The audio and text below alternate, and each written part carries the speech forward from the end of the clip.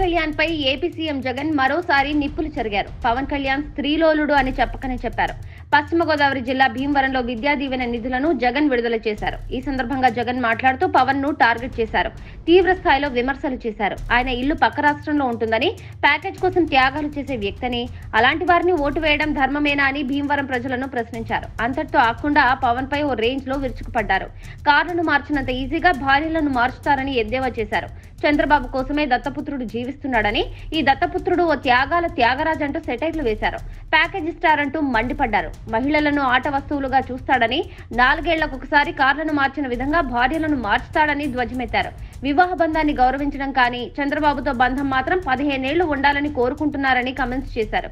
2 విషయాలు కలిస్తే అమృతం తయారవుతుందా? 4 వంచకులు కలిస్తే జనాన్ని మంచి చేస్తారని ప్రశ్నించారు. ఇటువంటి వారిని ఆదర్శంగా తీసుకుంటే ఆడబిడ్డల పరిస్థితి ఏంటని ప్రశ్నించారు. భీమవరం ప్రజలు తెలివైన వారని, వచ్చే ఎన్నికల్లో విజ్ఞతతో ఓటు వేయాలని సూచించారు. భీమవరం ఎమ్మెల్యే గ్రంథి శ్రీనివాస్ పై జగన్ ప్రశంసలు కురిపించారు. ఓ సినిమా హీరోని ఓడించిన రియల్ హీరో సీనన్న అంటూ కితాబిచ్చారు. తనకు మంత్రి పదవి ఇవ్వకపోయినా పర్వాలేదు కానీ భీమవరాన్ని జిల్లా హెడ్ క్వార్టర్ కావాలని గ్రంథి శ్రీనివాస్ అడిగిన విషయాన్ని ఈ సందర్భంగా సీఎం గుర్తు చేశారు. భీమవరం అభివృద్ధికి అవసరమైన నిధులు మంజూరు చేస్తున్నట్లు సీఎం జగన్ ప్రకటించారు. మొత్తానికైతే పవన్ ను టార్గెట్ చేస్తూ జగన్ మరోసారి విరుచుకుపడడం విశేషం. ముఖ్యమంత్రి అయితే చాలు, అవే నాకు 100 కోట్లు అని, బాబు కోసమే తన జీవితం అని,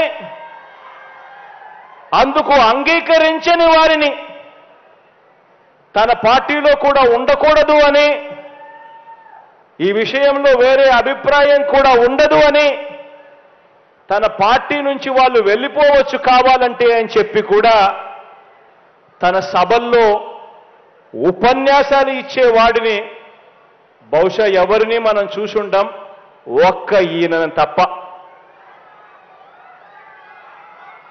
ఈ దత్తపుత్రుడికి ఆ బాబు పొత్తులో ఎన్ని సీట్లు ఇచ్చినా ఓకే, ఏ సీటు ఇవ్వకపోయినా ఓకే.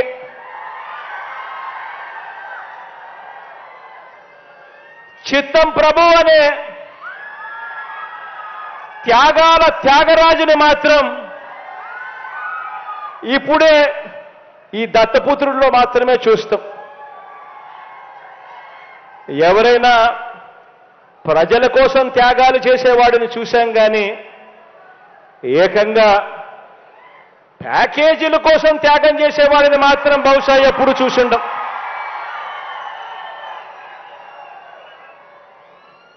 ప్యాకేజీల కోసం తన వారిని త్యాగాలు చేసే ఈ త్యాగాల త్యాగరాజును మాత్రమే చూసింటాం.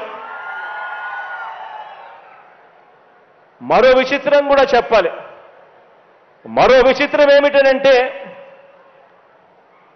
ఈ త్యాగాల త్యాగరాజు గురించి, ఈ దత్తపుత్రుడు గురించి మరో విచిత్రం ఏమిటనంటే, రియల్ లైఫ్లో ఈ పెద్ద మనిషి ఏ భార్యతోనూ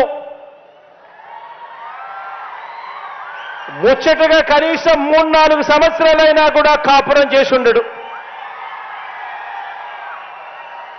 ఈ మ్యారేజ్ ఇస్తారు.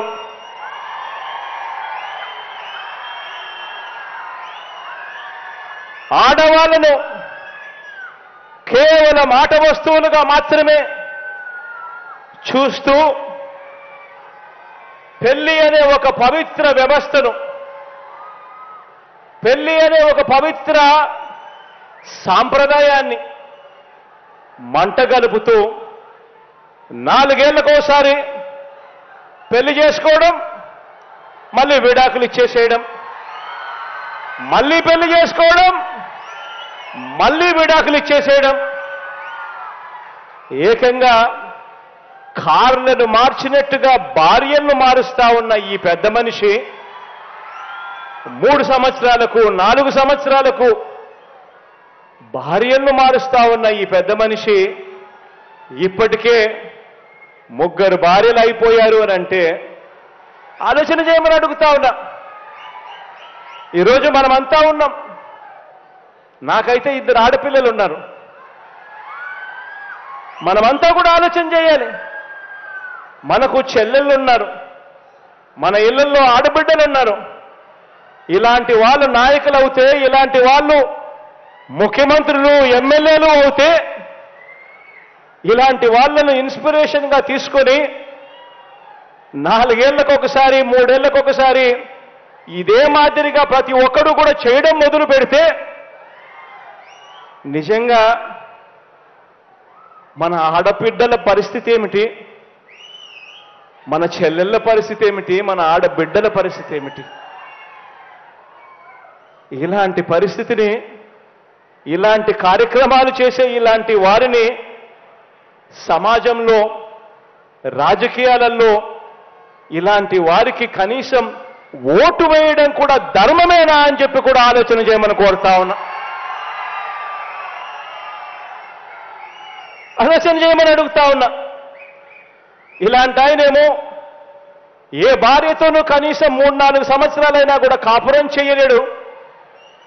కానీ పొలిటికల్ లైఫ్లో మాత్రం చంద్రబాబు నాయుడుతో మాత్రం తన వివాహ బంధం కనీసం